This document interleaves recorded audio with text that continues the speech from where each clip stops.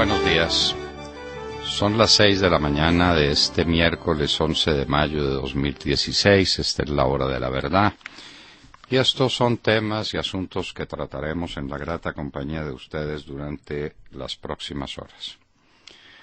El presidente Álvaro Uribe Vélez estará con nosotros a partir de las 6:30 de la mañana para hablar del tema, de los temas en la política colombiana actual, lo que el presidente llama la resistencia civil.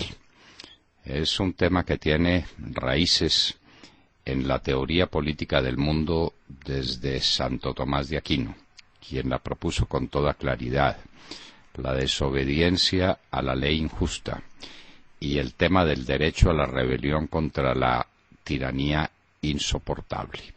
Hablaremos con el presidente Uribe para que precise los alcances de esa posición suya. En todo caso, los colombianos no vamos a aceptar un derecho que consista en entregárselo para que lo formulen a quienes han sido sus depredadores durante 50 o 60 años, a los asesinos, secuestradores, a los ladrones de niñas para convertirlas en sus esclavas sexuales, a los que siembran el país de minas quiebrapatas, a los que están dedicados al más sucio de los negocios, que es el del narcotráfico. A esos no se les puede entregar la patria. Los liberales no se retiran de la mesa. Queda mermelada. Y es obvio que queda mermelada. Las cifras que dábamos ayer sobre el empleo lo explican suficientemente.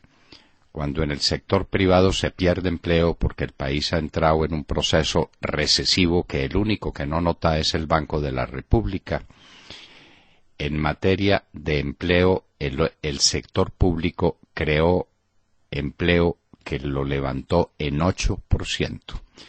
Eso calculamos son unos 80.000 empleos nuevos en el primer trimestre de este año. Cuando estamos en austeridad, cuando el gobierno ha prometido limitar sus gastos, se crean 80.000 empleos. ¿Ven ustedes por qué los liberales no se bajan de la mesa? Alguna partecita de 80.000 empleos para repartir son suficiente atractivo para permanecer en ella. El Banco de Bogotá coloca bonos en el exterior por $600 millones. Las ofertas de los tomadores fueron superiores a la presentación que hizo el Banco de Bogotá de su aspiración. La banca colombiana tiene enorme prestigio y el Banco de Bogotá la tiene en particular, $600 millones, que desde luego tendrá que dedicar en Colombia al crédito de acuerdo a las reglas vigentes. Dijo equivocadamente que era para financiar las obras de 4G del mismo grupo. Eso sería un autopréstamo y desde luego posible, porque si hay algún banco celoso del cumplimiento de las normas es el Banco de Bogotá. Otras dos pirámides a la vista. Nadie aprende.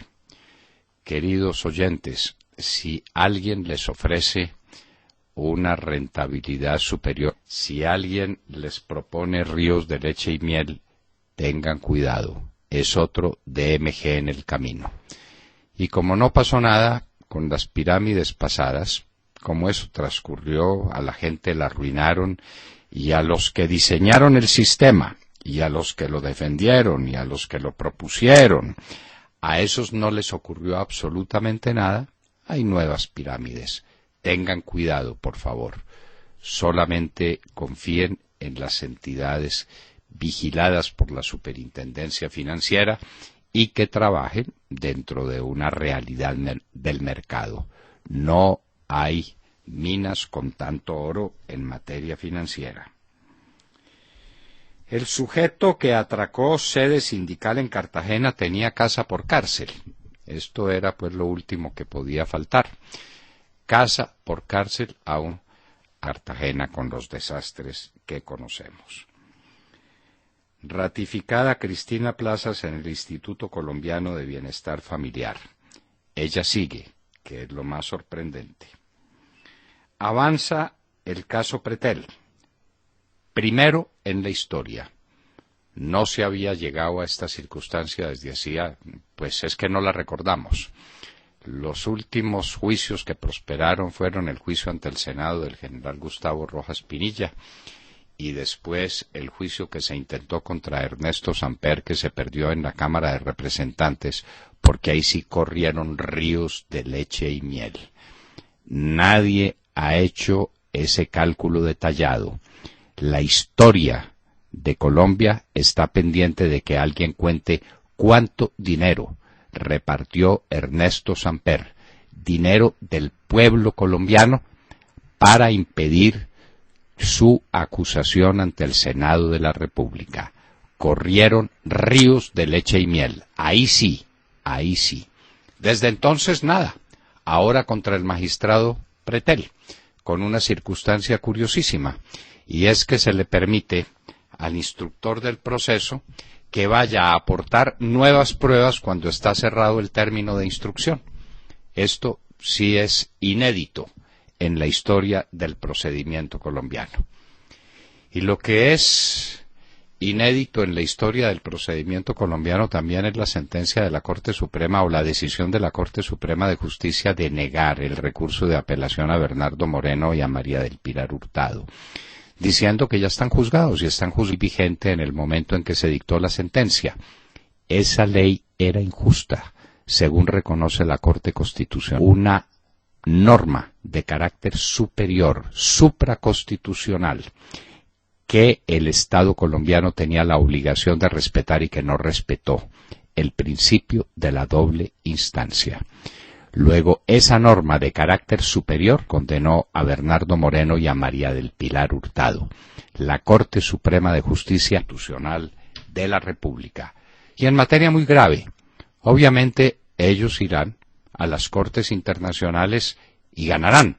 Tienen que ganar, necesariamente ganarán, porque se les negó un principio fundamental, el principio de la doble instancia, que no es un capricho de nadie, que es un principio que consta en tratados internacionales a los que Colombia está comprometido y obligado porque los suscribió.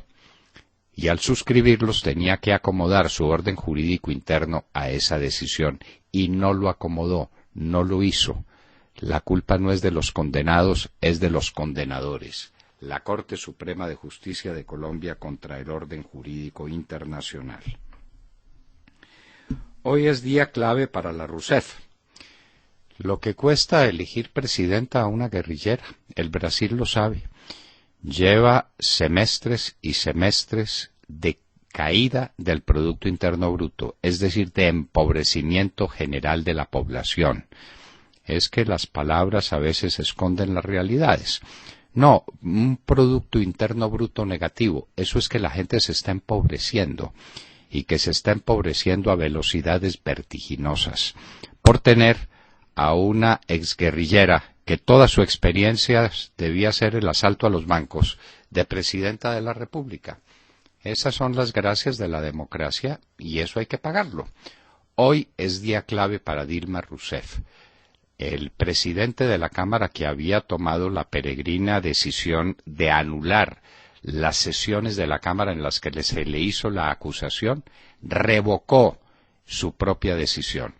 Hoy el Senado decidirá, y si todo transcurre como parece que va a transcurrir, Dilma Rousseff quedará hoy separada del cargo. El ministro Villegas dice que las fuerzas militares siguen firmes. Estamos de acuerdo, ministro. Por primera vez estamos de acuerdo. Están firmes, como unas estatuas. No se mueven, esperando a que a un francotirador vaya disparando en contra de ellas. Y esperando para nada porque no pasa nada. Usted dice que las FARC han violado la tregua unilateral. ¿Y qué pasa, ministro? No pasa nada, no pasa nada. Y que el ejército está firme, nunca estuvo más desmoralizado. Usted puede oír a 4 o 5 generales que están defendiendo sus soles, diciendo que están muy de acuerdo con la paz. vaya y oiga a la oficialidad de verdad y a los soldados de verdad a ver qué le dicen. Ahora ya la lucha es con las BACRIM. ¿Y cómo se diferencian las BACRIM del ELN y de las FARC? ¿Cómo se diferencian? Buena pregunta, ¿no le parece? Los Panama Papers, ¿investigará la Fiscalía a todos? Nos hacemos esa pregunta porque la Fiscalía va a investigar. ¿Cómo van a ser esas investigaciones? ¿Por qué no nos dan la lista de todos los colombianos que resultaron incluidos en los Panama Papers? ¿Por qué? ¿Por qué se menciona a unos pocos y se calla al gran número? Necesitamos conocer todos los nombres para saber si se inician todas las investigaciones. El impuesto a la riqueza. O se empiezan a pagar los impuestos llamados a la riqueza, que es el que paga toda persona que tiene más de 1.000 millones de pesos de patrimonio. Más de 1.000 millones de pesos, un poco más de $300.000. Diga en el mundo internacional que son ricos los colombianos que reciben más de 300, que tienen un patrimonio total de más de $300.000 al año y la carcajada que le sueltan. Eso es una persona de clase media y de pronto media baja en cualquier país desarrollado del mundo. Aquí son ricos. Peñalosa dice que los bogotanos quieren obras, que hay un problemita, y es que no hay plata para las obras. Y lo que usted prometió durante su campaña, ¿tenía en cuenta que Bogotá no tenía plata? ¿Qué se hizo la plata que tenía Bogotá? Se hablaba de miles de millones de pesos guardados. ¿Y no están defendiendo a Gustavo Petro? ¿No lo está defendiendo el Consejo de Estado? ¿Qué se hizo la plata? Bogotá no construyó nada. ¿Y la plata que debió tener para construir, qué se hizo? ¿Se perdió? ¿Se la robaron? ¿Qué pasó? ¿Por qué no lo cuenta Peñalosa? Bernie Sanders derrota a Hillary en Nebraska y West Virginia. Hillary Clinton va a llegar de derrota en derrota hasta la victoria final. Eso sonaba bien en la época de Churchill, en la lucha contra Hitler, pero políticamente eso suena muy mal. Tenemos pues una candidata que va a llegar a ser candidata, la del Partido Demócrata, vapuleada por su contendor Bernie Sanders, y un candidato indeseable, inaceptable, que es el señor Trump. Buen debate. Es una lucha entre mediocres. Incidente en aguas disputadas entre China y Japón. Un buque americano se acercó al arrecife artificial construido por China y despegaron aviones de guerra de China. La cosa puede calentarse en cualquier momento en esas aguas. Claro que Obama saldrá corriendo al menor peligro. Sigue Canadá la lucha contra incendio que destruyó Fort McMurray y ha destruido 229.000 hectáreas de bosque. La ciudad se salvó en un porcentaje muy importante, pero el incendio sigue y está amenazando a otras poblaciones. Eso sí, les podemos asegurar que no están atacando el incendio con baldes, como en Colombia. Autorizada por juez federal de México la extradición del Chapo Guzmán a los Estados Unidos. Y en Hoy en la Historia, año de 1931 y 1932, la fecha se recuerda hoy, el incendio de las iglesias en España, todo preparado para la guerra civil que acabó ese país, que lo dejó convertido en un solar. No dejó piedra sobre piedra, la guerra civil española. Entre sus antecedentes, los ataques violentos de la izquierda contra la Iglesia Católica, contra las iglesias y contra los conventos. De todo esto y de mucho más hablaremos con ustedes en las próximas horas en la Hora de la Verdad. Muy buenos días. Pues sí, qué rico este café. ¿Qué haríamos sin el café colombiano todas las mañanas? Hablemos de la noticia del retiro de 1.400 policías que llega en uno de los peores momentos para una institución que está llena de escándalos en los últimos tiempos. Eso sí, no se puede negar. Recordemos que el propio director de la Policía General, Rodolfo Palomino, ya es director, ya no está, se fue en medio de acusaciones precisamente de acoso sexual a un teniente coronel en lo que los medios de comunicación denominaron la Comunidad del Anillo.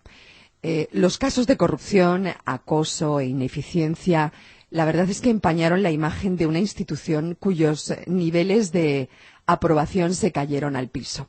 Casi el 60% de los colombianos no cree y no confía en la policía. Y aunque esta purga de expulsar a 1.400 policías puede parecer conveniente, pues algunos se preguntan qué es lo que de verdad hay detrás durante los últimos del servicio activo, entre los que destacan 89 oficiales, y algunos ven como un show y una forma no de acabar con la corrupción que pueda existir, sino de allanar el camino para la llamada policía de los narcoterroristas de las FARC pueden hacer parte de la policía, como en su momento anunció el propio presidente Juan Manuel Santos en Francia. Recuerdan cuando habló de la policía rural, algo que no sé, a muchos nos suena francamente descabellado, a mí por lo menos, que quieren que les diga, pero que muchos dicen que será una realidad. Pregunto, ¿qué hay detrás de esa purga tan intensa al interior de la policía? ¿Hay un combate a la corrupción, un show, o están preparando el camino para el llamado Ministerio de la Seguridad y recibir a los narcoterroristas de las FARC? ¿No es descabellado pensar en la posibilidad de que tenebrosos terroristas hagan parte ahora de la fuerza pública? ¿Hay alguna agenda oculta que quizás no conocemos? Pregunto. No se les olvide lo que Montserrat recuerda sin decir su nombre, la gendarmería. La gendarmería que él se fue a copiar a Francia, la gendarmería rural.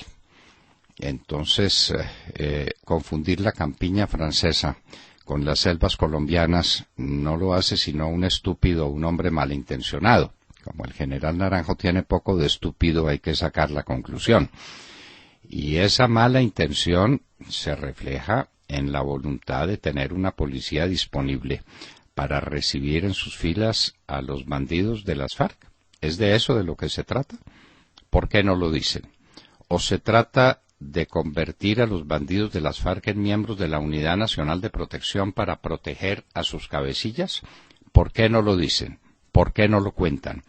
Es contra esas cosas contra las que se levanta la voz del presidente Uribe, a quien oiremos en unos minutos. William Calderón. Doctor Londoño, buenos días Colombia. Gracias por invitarnos a sus hogares y a sus vehículos. Hoy es miércoles 11 de mayo de 2016. El indefenso Luis Carlos Villegas Echeverri, en un mea culpa, reconoció ayer ante el mundo que las fuerzas militares están firmes.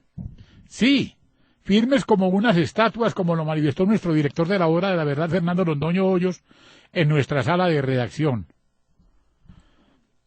El conocido sargento García aseguró, sin sonrojarse, que las obligaciones de las Fuerzas Armadas para combatir el delito se mantendrán en todo el país.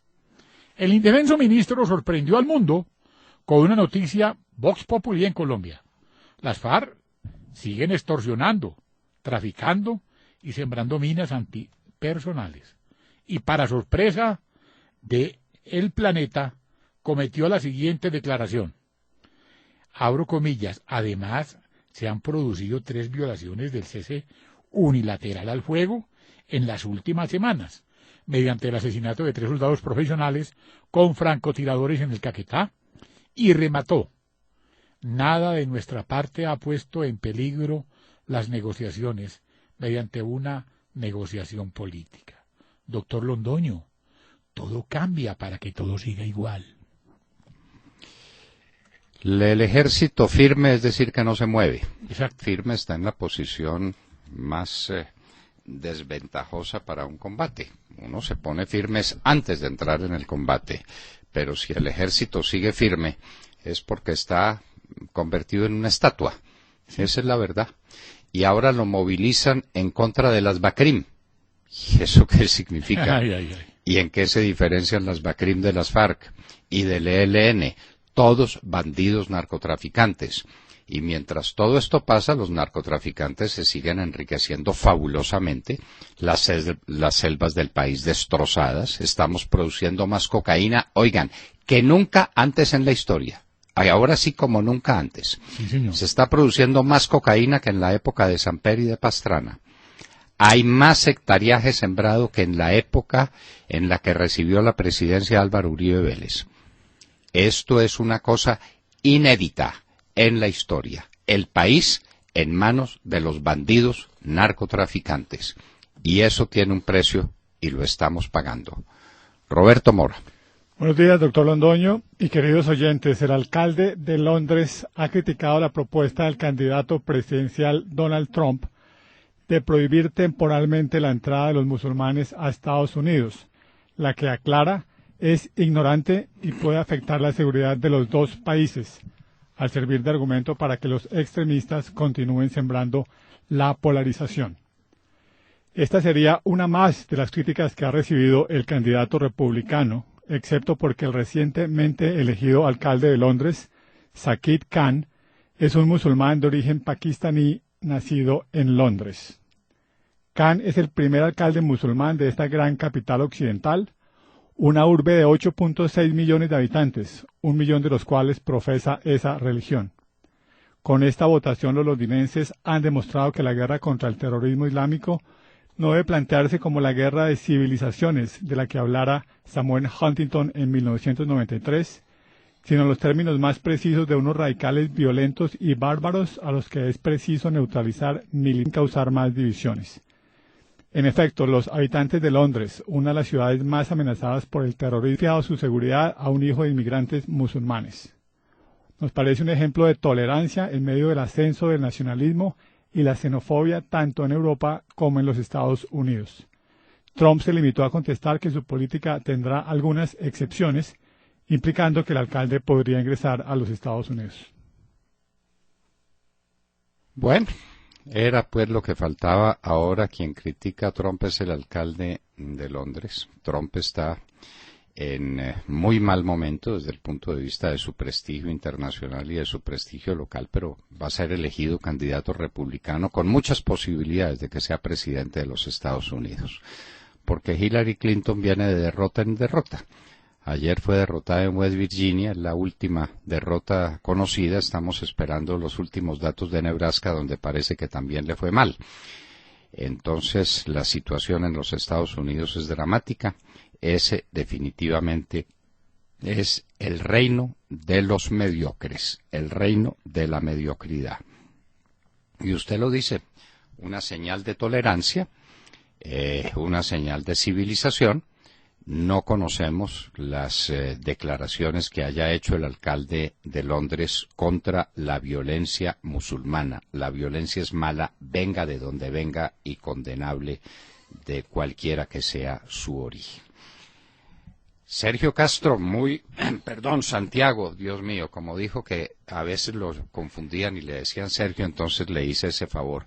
Santiago Castro es nuestro nuevo invitado a la hora de la verdad y lo presentamos ante ustedes con mucho gusto. El doctor Santiago Castro es director o decano, no sé cuál es el nombre, si es director de la escuela o decano de la Facultad de Ciencia Política de la Universidad Sergio Arboleda y uno de los más brillantes jóvenes pensadores del país. Santiago Castro, bienvenido y su noticia. Muchas gracias, doctor Londoño. Buenos días a todos y a todos los oyentes. Llama muchísimo la atención la decisión del día de ayer de la plenaria del Senado, cuando aprueba modificar el orden del día para atender al representante por Antioquia, Julián Bedoya, aportando lo que, según él, son nuevas pruebas contra el magistrado Jorge Pertelt, a pesar de haber culminado ya el proceso de investigación, pasado mes de junio del año 2015. A la vez, en el mismo instante, el fiscal general Jorge Perdomo daba declaraciones a los medios de comunicación indicando que había varios elementos adicionales. Insisto en que llama la atención por la coyuntura. Estamos a 2 debates de que se termine de aprobar el acto legislativo por la paz y pasarán varios proyectos por el Tribunal Constitucional en Colombia. Pero además me parece que llama la atención que se ha vuelto ya común en América Latina que los ejecutivos traten de cooptar las Cortes Constitucionales para garantizar que el legislativo pueda estar en últimas, pues, a merced del gobierno de turno, doctor Londoño. Sí, es inaudito porque el procedimiento es para planteárselo de alguna manera que lo entiendan los muchísimos oyentes que tenemos que no son abogados, como un sistema de esclusas. Se cierra una esclusa y quedó cerrada, y se abre paso a la siguiente esclusa, y esa otra esclusa recibe todo el agua que tiene que recibir y después se cierra. Y cuando quedó cerrada una esclusa, cerrada se quedó. Eso no se puede dar marcha atrás. Y en el proceso investigativo es así. Una vez que se cerró el sumario, se cerró la instrucción. No hay caso, no se puede volver atrás. Es que yo quiero volver atrás, o es que hay hechos nuevos. Se inicia un nuevo proceso, con todas las consecuencias de iniciar un nuevo proceso. Pero el pasado, el proceso que se inició, ese es absolutamente intocable. Entonces, ahí tenemos pues la pregunta, ¿esto cómo fue? El Senado suspende el orden del día y le dice al representante Bedoya que venga para acusar a Pretel. Nos preguntamos, Santiago, y queremos sobre esto noticias. ¿Se le permitió también que entrara al Senado el abogado de Pretel a contestar esos nuevos hechos? Porque los pasados los contestó en la instancia que correspondía, cuando se estaba instruyendo el proceso. Y sobre estos nuevos hechos, ¿cuándo viene la respuesta? Llama mucho la atención esa posición, doctor Londoño. Abelardo de la Espriella ha dicho que va a interponer una queja disciplinaria contra el representante Julián Bedoya porque pues las pruebas no fueron dadas a conocer a la defensa del magistrado Pretel. Pero quiero insistir, la coyuntura de verdad llama muchísimo la atención porque es un magistrado incómodo para los proyectos que están cursando en el Congreso de la República y para los que ya cursaron, como por ejemplo el pronunciamiento pendiente que tenemos sobre el plebiscito. Muy bien. Un magistrado incómodo y los magistrados incómodos entonces los liquidan, pero este sí es un procedimiento absolutamente bárbaro. Cerrada la instrucción desde el 2015, se la vuelven a abrir en una sesión del Senado en el 2016 sin la presencia de su abogado, es decir, sin controvertir las nuevas pruebas que denuncia tener o que dice tener el magistrado instructor que se le olvidó instruir completamente. El derecho procesal penal es inaudito lo que ha ocurrido contra quien no tenemos ninguna relación. Esperamos que lo juzguen y que lo juzguen imparcialmente. Pero lo que ha ocurrido es absolutamente insostenible. Y estamos